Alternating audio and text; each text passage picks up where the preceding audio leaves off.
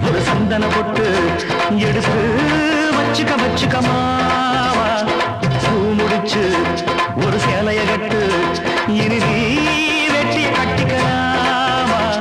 கொம்பெடுத்தா சொல்லி அடிப்பேன் சொல்லி காளையை போல் துள்ளி குதிப்பேன்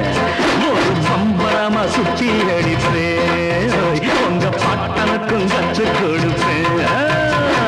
சந்து போட்டு ஒரு சந்தன போட்டு